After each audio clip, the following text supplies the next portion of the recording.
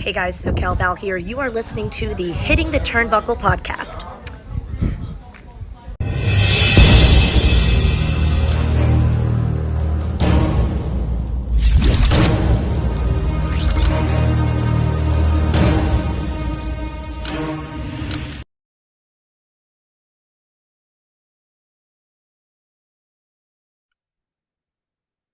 Welcome everybody back to the Hitting the Turnbuckle podcast. Happy Monday.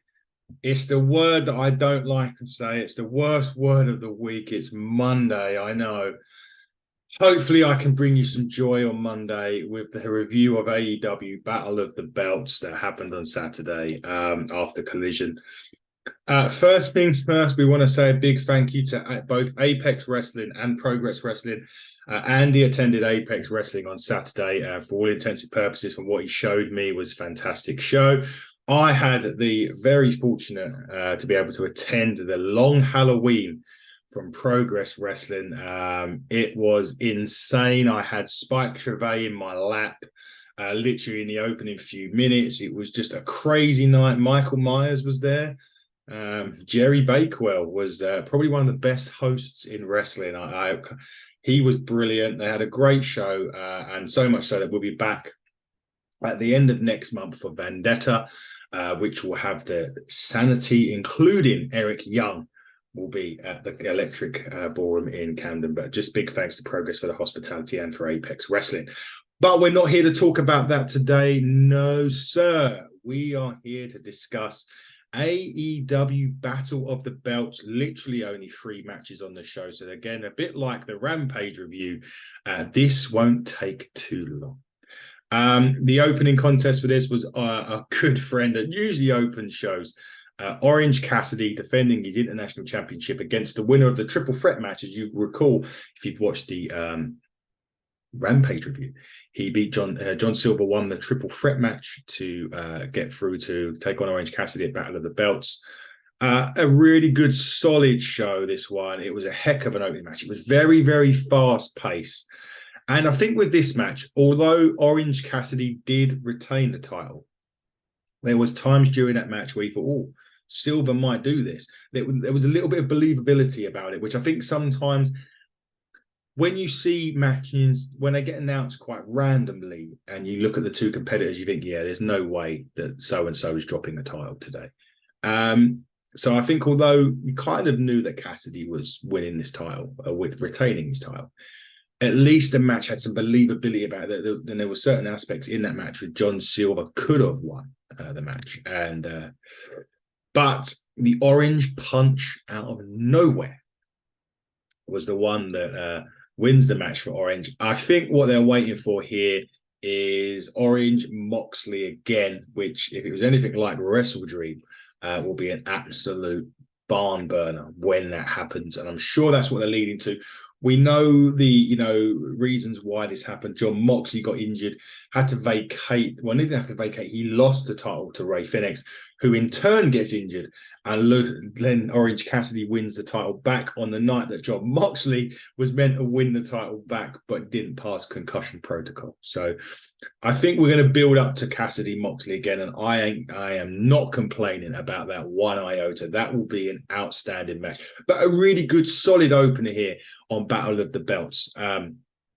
There was an also bit with where coming at the back and how Andrade's feeling. He had a heck of a match with Danielson on Collision. Go out your way to watch it. I know Dave and Parker wax lyrical about this and the House of Black, and every right to. But CJ Perry's here at this point.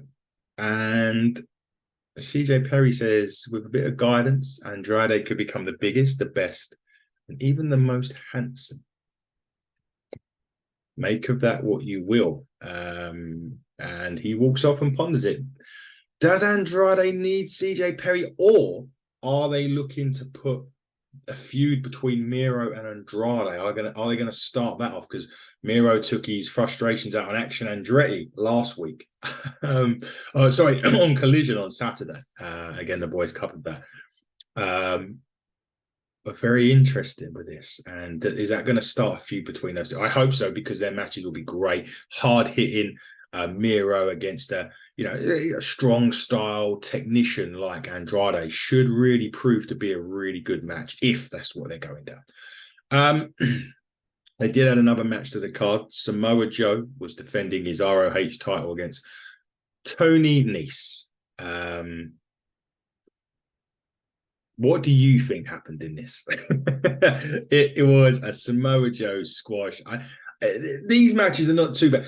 I suppose with the Ring of Honor title involved again, you kind of knew that Samoa Joe certainly wasn't losing the Ring of Honor title. No disrespect to Tony Nese, but he's not losing it to Tony Nese. The crowd still loved it because Samoa Joe right now is probably having one of his best runs again of his career. You look at, he had a great original run as Ring of Honor TV champion. He had a great run in TNA, the WWE run. Yeah, he had its moments, but the WWE never really fully capitalized on Samoa Joe. Injuries didn't help, I get that, but there were times there with the Lesnars and the Ortons and people like that where it could have gone and they could have really sent him, but they didn't. And ultimately he ends up in AEW and he's now having one of those legendary runs that he's had in the past. So really, really good for Samoa Joe, and hopefully again, we see a bit more of a meaningful feud. He's got his eyes still set on MJF as well. So MJF's got a lot of targets here to look at. But Samoa Joe picks up the win in a squash match. But always good to see Joe. I love Samoa Joe. Third match on the show, Kris Statlander defending her TBS title against Willow Nightingale. Now, again, Willow Nightingale's another one that's got the mist. So we don't know what's happening with that. We don't know what's happening with that at all right now. Is she turning towards the House of Black? Is Sky Blue going to follow? Are they going to have a women's faction to go with the men's faction of the House of Black? We don't know yet. But this match itself, brilliant match. There was pounces, DDTs, there was power bombs, 450s, the lot. Death Valley drivers, an Avalanche Death Valley driver. This was women's showcase wrestling. They done it on SmackDown very good as well with Io Sky and Charlotte Flair. They gave them 16 minutes or so, and that was really good. This match again, AEW gave the women a great outing in this, and there is a storyline behind this as well. Obviously, there was the mist from the House of Black, the Statlander trying to help them out and not accepting the handshake. So at the end of this, Statlander did pick up the win, goes for the handshake. A Sky Blue come out, pulls the hand away of Willow Nightingale, but Willow Nightingale does eventually shake Statlander's hand. But there was at least a storyline involvement in this, which made it worthwhile and made it watchable, because there is something behind it. A lot of these matches that you need to do, especially with the women, I always say it's like a roller coaster. They're like, you'll get to this point where you'll get meaningless matches, 3 minutes on television and nothing else, to the point at which they are now, which is really, you can't really see my hand, hopefully, but it's really up the top, where they're giving them the feuds, matches that mean something, and it goes well together. And they need to do more of this because, women's wrestling does this. We're big advocates of women's wrestling on this show. You know that if you've listened to it, you know what we're very passionate about, the women getting their chances. And right now, they are. But next week, we could see nothing. NXT next week, or tomorrow, sorry, should I say, 7-match card, 5 matches of women's matches. That tells you where we're going at the moment. And hopefully that will keep the direction and momentum going up for the women's division on all channels. I mean, TNA now, not Impact, they're rebranding back to TNA if you haven't heard news. TNA and the NWA are probably the only two companies right now that have always done it that way. They've always been positioning their women high as well on the card and giving them feuds that matter. So bit more work for the big boys to do yet, but I'm sure they'll all get there. But as I say, Statlander, brilliant. She dug deep to get this win and fully deserved, I might add. So the main event was the World Trios Championships. Daddy Arse and the Acclaimed versus Matt Menard, Angelo Parker, and Daniel Garcia. The mascot for the Memphis Grizzlies is in the ring with the Acclaimed to start, and they do a 4-way scissor party. The Acclaimed, I just think the Acclaimed, in my opinion, are starting to go stale on me. this match existed. It was okay. Obviously, the Acclaimed picked up the win. The famous double powerbomb picked up the win. The Acclaimed just feels stout. They are better heels than they are faces. And you do get that a lot, especially with Caster with his raps as well. They need to get him on the stick doing those risky raps. And you can only really do the risky ones when you're a heel. Because the payoff's better. I just feel the Acclaimed are somewhat stout. Parker, Menard, and Garcia.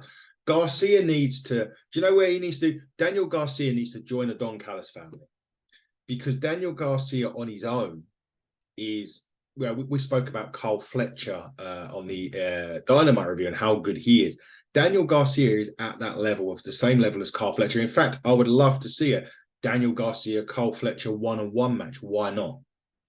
It would be an outstanding match. And I really think we need to see more of Daniel Garcia as a solo. Drop the dancing shit. Just let him get on and do what he does best, which is kick ass. You know, be the professional wrestler, Daniel Garcia, not the sports entertainer, Daniel Garcia, that we're seeing a lot at the minute. I really want AEW, maybe 2024. Maybe we'll see. We saw a lot of breakouts this year in AEW. A lot of the Ricky Starkses that are going up to the top level. Obviously, the introduction of Jay White, and he's elevated to that level. You've seen a lot more of that this year, and I'm hoping, Orange Cassidy, another one, which has really gone up from a comedic character to some serious champion that can, won 30 matches, defended his title 30 times, and he's now at that level. So, maybe next year will be the year of Daniel Garcia, where he will climb and elevate up to a level that he's so good at, because he is a great, great wrestler, and AEW need to capitalize on this.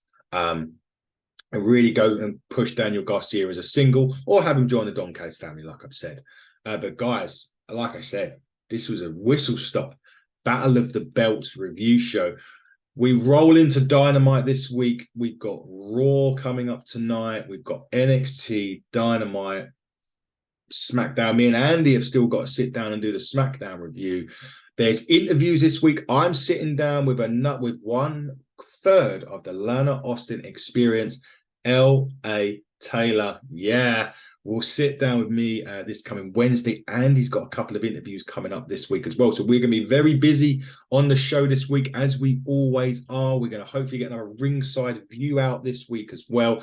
There's a lot going on in Turnbuckle Tales as we build towards Mike's first defense of the Turnbuckle Championship against the technician that is Kris Ridgway. We're attending shows this weekend. I am at RCWA on Saturday, as long as I can get off this bloody island that I live on, which they're shutting one of the main roads to get off to Canby on Saturday.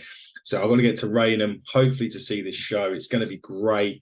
I'm sure Andy's somewhere on Saturday as well. We've got shows galore. We've got Ignite coming up on the 12th of November. But guys, keep a look on this channel. We have got so much content dropping this week. It is going to be a content-heavy week on this podcast, on this show, as it always is. But until we see you again, guys, buckle down, stay safe, and please try and enjoy the worst day of the week, which is a Monday. Bye-bye.